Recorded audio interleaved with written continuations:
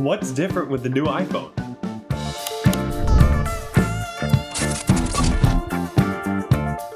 My dad just got the new iPhone 16 Pro and let me borrow it so I can make this review. So I'm here to let you guys know what I think about the iPhone 16 Pro, how it compares to last generation's 15 Pro, and if you should upgrade.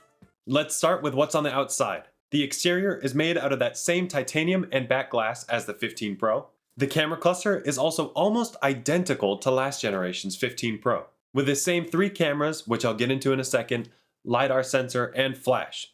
On the left side, there are the volume buttons and the action button, and along the bottom are the microphone, speakers, and USB-C port. And that port is USB Gen 3, so it'll be pretty quick for file transfers and whatever you need it for. Now where we start to see some differences is along the right side, where right underneath the power button is that brand new camera control. But I'll get into that more in a second. So onto the display, it has the dynamic island with the Face ID sensors underneath the screen, an earpiece speaker up top, and the usable screen is slightly larger.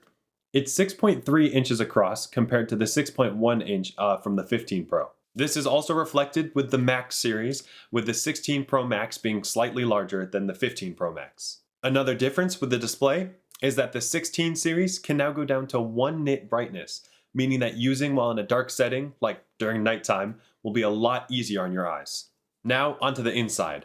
The iPhone 16 Pro is powered by Apple's new A18 Pro chip. It has a 6-core CPU, 6-core GPU, and a 16-core neural engine, which is, of course, to power all that new Apple Intelligence stuff. The processor on paper is actually almost identical to the last generation A17 chips that we saw in the iPhone 15 models. The only real difference between the A18 Pro chip is that it clocks slightly higher than last generation's at 4.04 GHz, which should make using your phone faster, and it's also more efficient. Speaking of efficiencies, let's get into the battery life. The iPhone 16 Pro has a 3,582 mAh battery. With that larger battery and more efficient chip, the 16 Pro should last about 13% longer than the 15 Pro. The battery on the iPhone 16 Pro should last you through the whole day. But of course, that depends on your use case or scenario.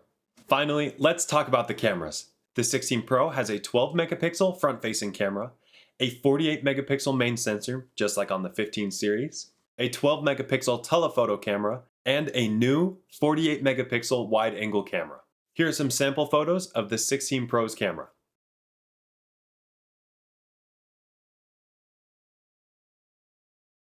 It's pretty good.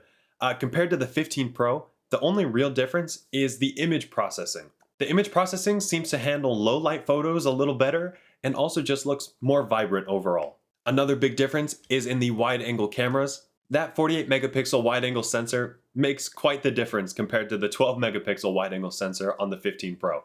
Other than that, the 16 Pro can shoot in 4K 120 FPS, which the 15 Pro could only do 60 FPS. The 16 Pro also has all that new audio processing, but I don't really have the time to get into all that in this video. So if you guys want to see a more technical video about the 16 Pro, then let me know down in the comments. I'll go into far more detail about photos, videos, sound quality, battery life, performance, things like that. This is just a surface level review about what you, the consumer, should be thinking about when picking out your new phone. The 16 Pro, like I mentioned earlier, has that new camera control button, which honestly has just been pretty finicky for me.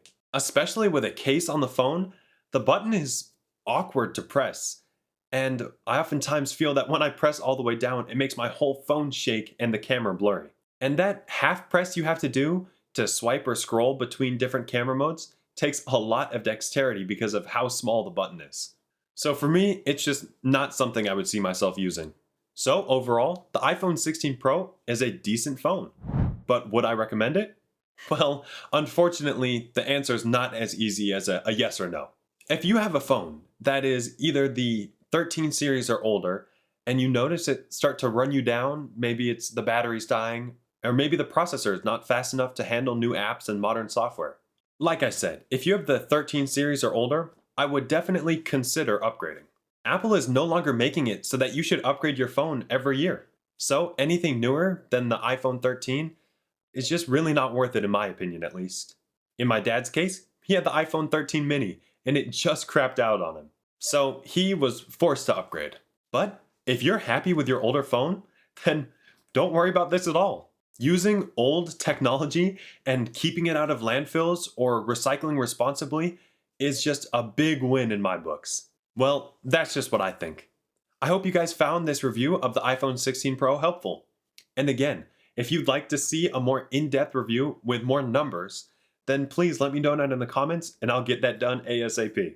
If you enjoyed this video, then please feel free to like and subscribe. Also, I cannot wait until all the Apple Intelligence features, which should be coming around mid-October, are finally here. They've just been talked about so much, I can't wait to review them and let you guys know how they really are. And of course, leave a comment if there's anything else that you'd like me to review. But until then, thank you so much for watching, and make sure you stick around for next week's review. Alright, until then, I'll see you guys later.